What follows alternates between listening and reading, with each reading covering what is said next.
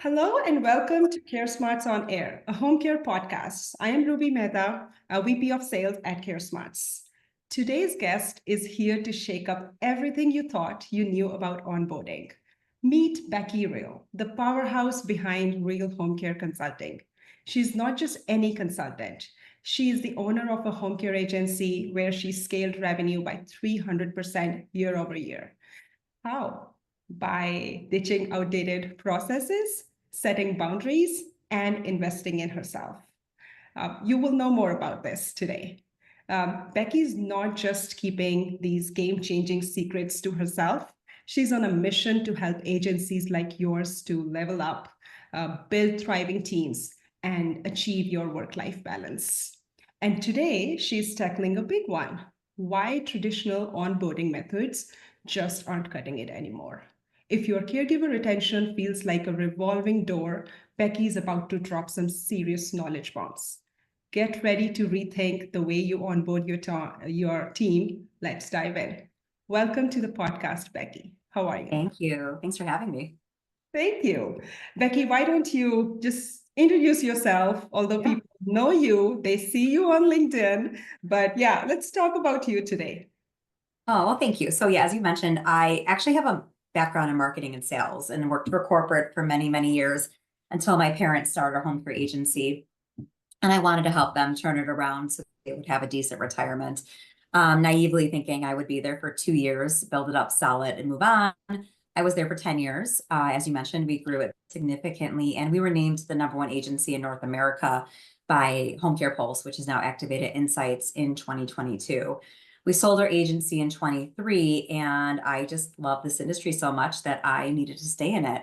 But what I learned and felt while running my agency was that it is the loneliest journey. It is very isolating. And I really wanted to build community around what we do beyond, the normal conferences that we have, which are awesome, but really, really unique relationships, right, that are going to be able to go deep and really understand what agency owners are going through. So we really are a holistic solution for agency owners if they're getting started or if they're feeling stuck or plateaued, to help them figure out what they need to do, but also just really be a support system and build community to make sure that people are feeling connected in this very isolated world we live in.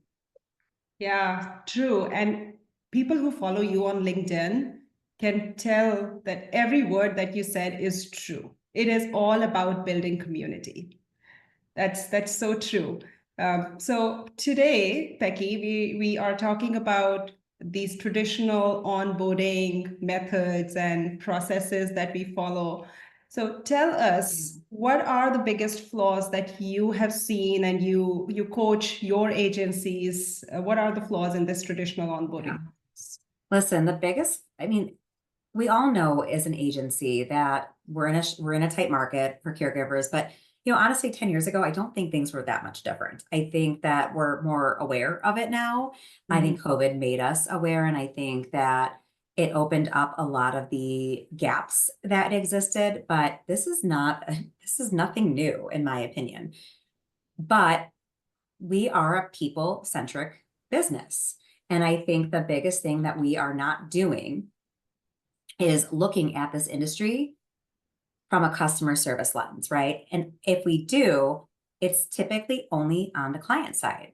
But I believe, and I've seen success on my side and with plenty of my clients, that when you invest that same level of hospitality and customer service and dignity to your caregivers from the very start, though, right?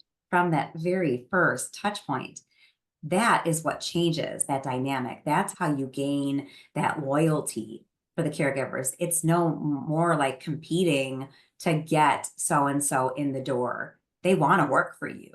And I think that agencies just oftentimes sadly look at caregivers as a commodity, as just a number.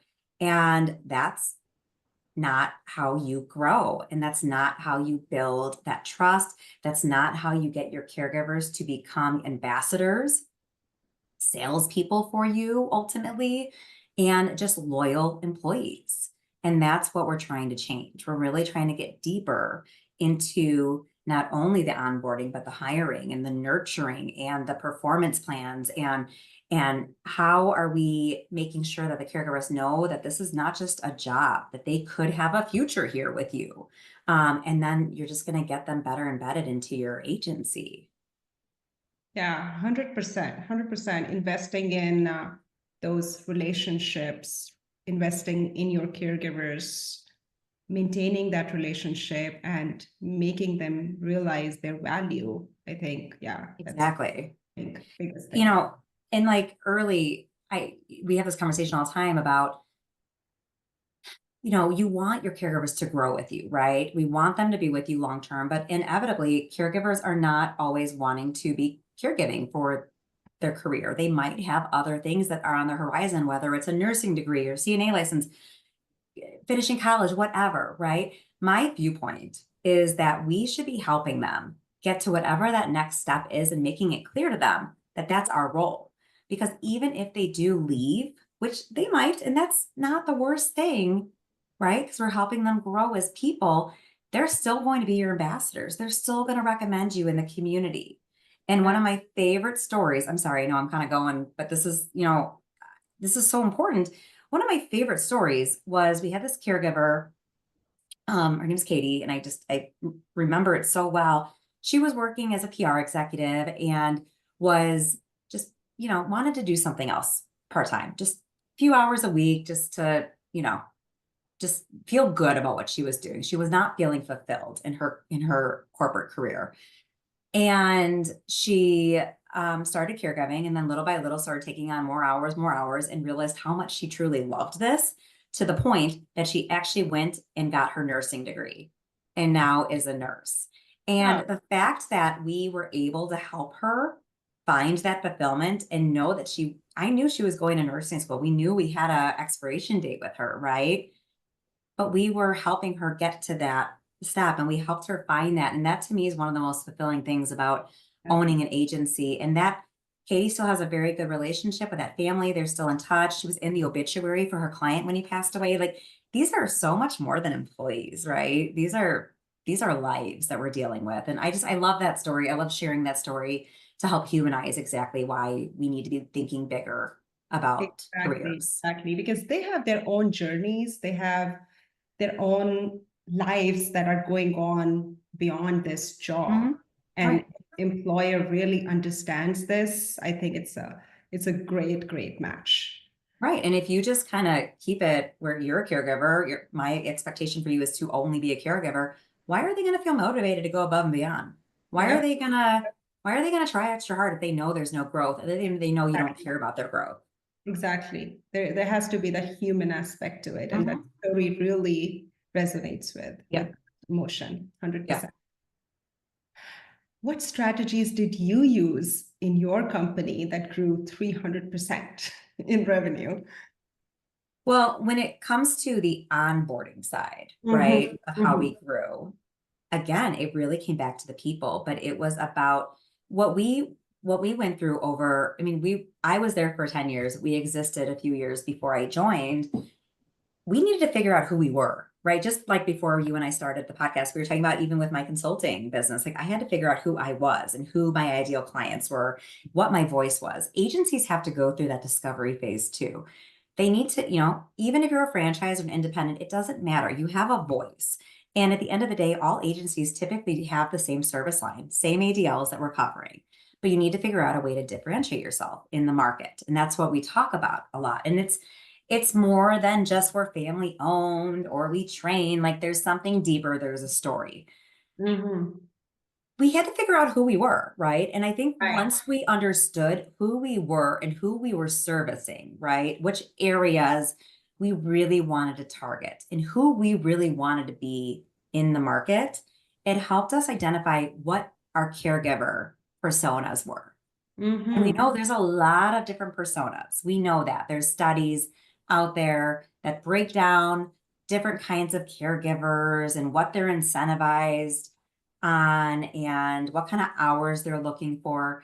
But for us, we really wanted a certain caliber of caregiver. because we knew the expectations of our clients. Right. We wanted our caregivers to be more than caregivers. Like, we didn't call them caregivers too. We really wanted to elevate that position. And that was a big strategy of ours, was investing back into our team, right? So that was helping pay for if they wanted to go to get their CNA license.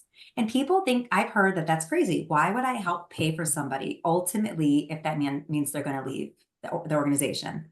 Yeah. Well, while they're doing that education side, you better believe we're getting 110% from them.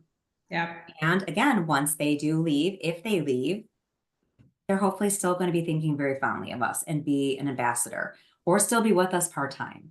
But you have to have this longer term strategy. And if you start thinking short term with everybody and everything, then your business is going to fall flat because you're not thinking bigger. So honestly, our biggest strategy was investing into our people. It was investing into our caregivers, into my office staff, into the community, and really listening to what people needed and what they wanted. We listened to a lot of the feedback from our caregivers. We did a lot of digging in town halls and just consistently listening, right? We would use the home care pulse surveys and really dig into that. And if there were areas for improvement, we not only try to address it, but we would have conversations with the family or the caregiver about their feedback. And I think a lot of times people are hesitant to do surveys because they think like no one's reading them, or what's the point? We wanted to make sure people understood that no, we are actually reading every single word that is being written, because it might not be something we can fix. Like, there might be a reason, a regulation, or whatever the case may be, or it's just not realistic, but always going back and explaining the why. I'm really big on the Simon Sinek book, Start With Why. It helps prove rationale, right, of any decision you're making. So explaining, right, setting expectations is a really big piece of that. And really honing in on our service offerings. So letting our caregivers get specialized in certain areas, right, to help them feel more confident. But then it helps the clients feel more confident, and then you can also charge more, right? So that was a lot of our strategies of how we grew, but it ultimately came back to the people. Yeah. It will always come back to the people for me. I can't agree more, 100%. And that fear of losing an employee, if you help them take certification or some training, I think, even as you said, even if that person leaves, they are going to maybe recommend more people to your agency, because that relationship that you build, it's never going to go waste. It's always going to benefit you in so many different ways, actually. Yep. Agreed. And if it's within your own community, right, you're not marketing to other states and other countries. You're marketing to and I just did an Instagram post about this the other day. It's like, think hyper local, and then think even smaller than that. You need to be marketing to your next door and your neighbors. And that's your target audience. And your caregivers are part of that. Absolutely. No, true, 100%. What do you think about this fast onboarding and getting caregivers with clients as fast as possible? Is this a thing without really compromising quality and training and stuff like that? I think it can be done. Okay. I think unfortunately, we have to live in this world just due to the nature of our business. But I think when you have a strong enough pipeline and you're consistently always recruiting, then you don't get into that SOS mode as much of, okay, we're starting a client tonight. We need to get somebody in here this morning to interview them and get them through the cycle, right? So do or die, yes, that stuff is going to happen. But I think planning accordingly and always having a solid flow is going to alleviate that need to have that urgent, we need to throw somebody in here now. I would always rather tell a family, we need a few extra days to staff this right, than to put somebody in there that's going to either make a bad impression or do more harm than good, open us up to some kind of workers' comp case. It was never worth it for me. So it's always best to be transparent with the family right from the start. Yeah. And let them know that it might take a little bit of time, and here's why. And most people will understand. There's some situations, obviously with hospice, that there's really no, you need to be there, right? And we understand that. But there, instead of just rushing to get somebody through, maybe you creatively put together a schedule to buy you some time until you can get everybody in and onboarded in a more mindful way, instead of the rushing you in. And the whole concept of not seeing the caregivers before they start a shift is a bit mind-boggling to me. I've had people tell me that they do all of it virtually and then they just meet them there on the first shift.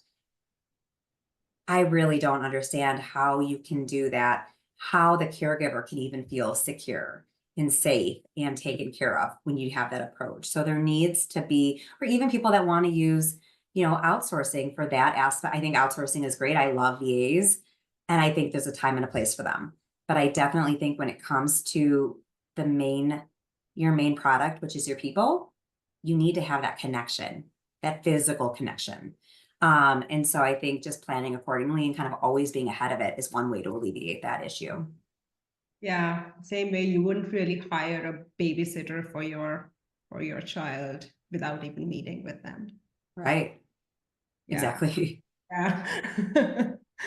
Yeah. But I've heard it all. I feel like, and this is why I do what I do. When I was running my agency, I felt so many times that if I couldn't help a family, I was going to help them find a solution, right?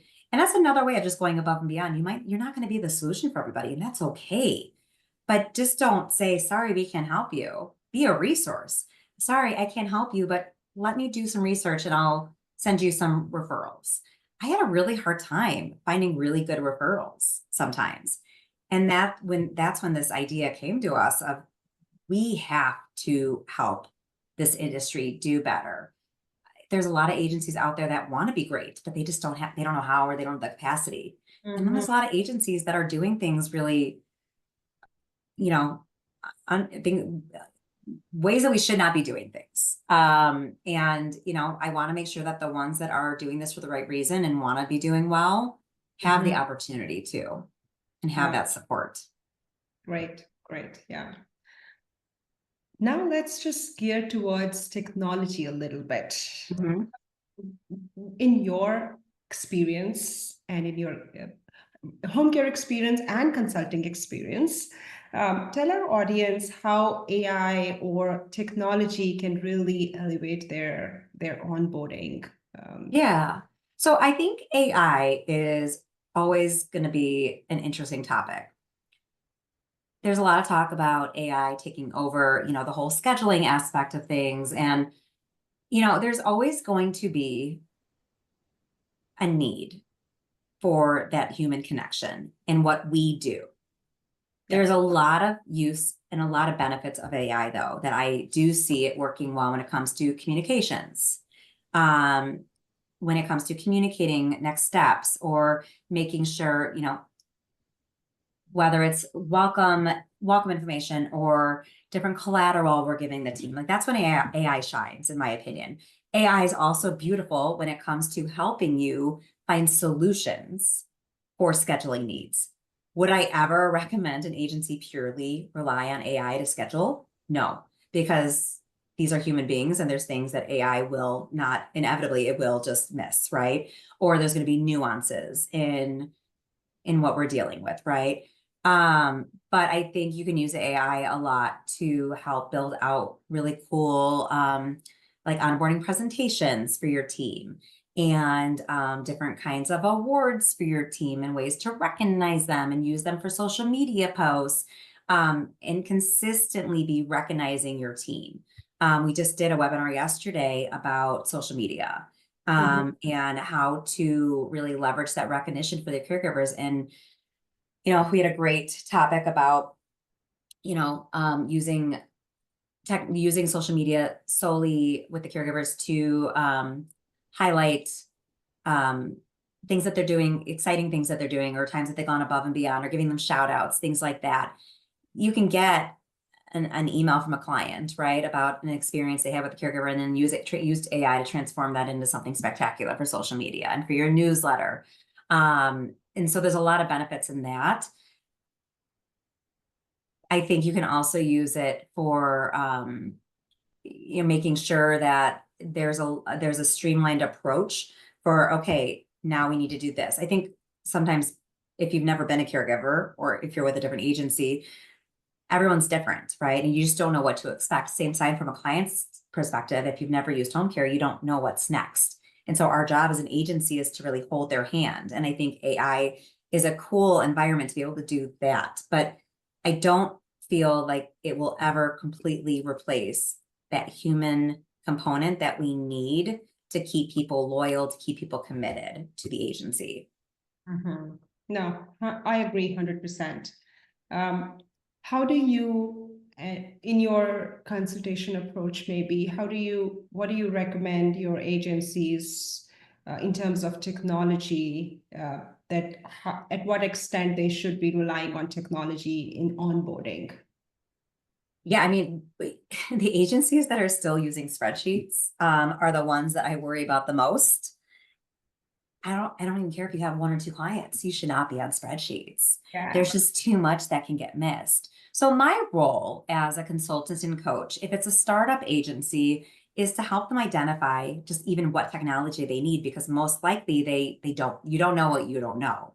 Right. It's a lot of people that had a very different career and they want to do something with meaning, and they know in their heart they can do this, but they don't know what technology is needed. So my job is to help them. Okay, you need scheduling software, billing, payroll, training. You need all of these different things, and then help them understand who are the players in the space, and then make a recommendation of you should call, or I'll connect you with these 3 or 4 different organizations, and then you do the demo. You see who you connect with, because again, it's about connection. It's about feeling really comfortable, confident, and trusting who you're using. And I will say this over and over again, people don't always buy what you do, but they buy why you do it. And they're not always going to buy, and that's a Simon Sinek quote, but they also are going to buy from people they like and people they trust. So I'm not going to tell them who to pick. I'm going to say, these are my recommendations. I need you to do the demos and feel it out and see, who do you feel is the best fit for you, based on who do you click best with, which technology do you feel the most comfortable with, and then obviously price, right, and budget constraints. But that's my job, is to help them understand the different pieces of technology. But I will say, if you are doing this without a scheduling system, I don't understand. I just don't understand. Not only from an organizational standpoint, but from your caregiver standpoint. That scheduling software is where they can view the client's care plan, if there's been any changes, the address, the care plan. There's so much in there that they need, and it helps you as an agency look way more reputable than just texting them the address. So it helps build a lot of confidence from a caregiver standpoint. And there's also just, I mean, there's so many things that exist now that didn't exist when I had my agency, or that weren't as mainstream, but there's so many different mobile apps now that exist. And there's so many different retention tools that exist, and all of these different recruitment tools and AI recruitment tools. And there's a way for them all to play together, but there's also a time and a place for these. And so it's my job to help them understand what makes sense now and how to build that into their tech stack as they grow. Yeah, I think that's you're giving me a great segue here, because that's exactly what I wanted to know. We are in 2025. There are so many tools, there are so many new things that are available in the market. And how do you see the onboarding practices evolving? And it could be technology, or it could be something else, but that evolution is happening, and it will happen, especially when it comes to technology. So what trends should the agencies be prepared for in 2025? So I think we need to get on board with AI. Everyone just needs to be okay with it. Mobile apps, I think, are going to be a big change that we're going to see. There's a lot of mobile apps that aggregate a lot of the softwares together. And so it's one big hub for the agencies. So that way the caregivers don't have all these different apps they have to cycle through. And they're really neat because they are branded as the agency. The retention tools, I think, are really interesting, and they're going to be changing a lot. And how I think we're going to be seeing a lot more community-based ways of caregivers to have to communicate with each other outside. There's a lot of like Facebook and things like that. I think we're going to see a lot more tools to help bring the caregivers together. Because, think about it too, the caregivers are out working in their own clients' homes. They're isolated. They don't know who's on their team. They might see other names on the schedule, but they don't know who Becky is. They know that Becky comes in at night and works with their same client. They're on a team technically, but they don't get to meet. But bridging that gap is what I think you're going to start to see a lot more of. But ultimately, when it comes to onboarding, I think you're going to see a lot more just automated. So you're going to get a lot of your documents sent to you ahead of time through different technology platforms. I think you're going to see a lot more of that, a lot more just robust scheduling systems that are going to play a role, and just leveraging all of that AI as part of that, I think, is what we're going to see from an onboarding standpoint. I'm going to say, I still don't think that we're going to replace people though from walking them through, can technology and AI replace walking a caregiver through a care plan? Sure. Is that what's best for the client, the elderly person that needs very specialized care? I don't think that's what's best for the client. I still think we need that human element involved. It might be what the push is for technology. That's where my head's at. I still don't think that's what's going to be best for clients. Yeah. I always connect care. It's an emotion, and no AI, no technology can replace emotions. There has to be a human aspect to it, 100%. Yeah. Especially with the demographic that we're caring for, right? They don't want to, it's just not the world that they know and grew up in, and not something that they're not going to be comfortable with too. True, 100%. All right. Thank you so much, Becky, for your time. You're so welcome. The depth of knowledge that you have shared. And thank you so much for your lovely audience. Until the next time. Goodbye, everyone. Thank you. Thank you.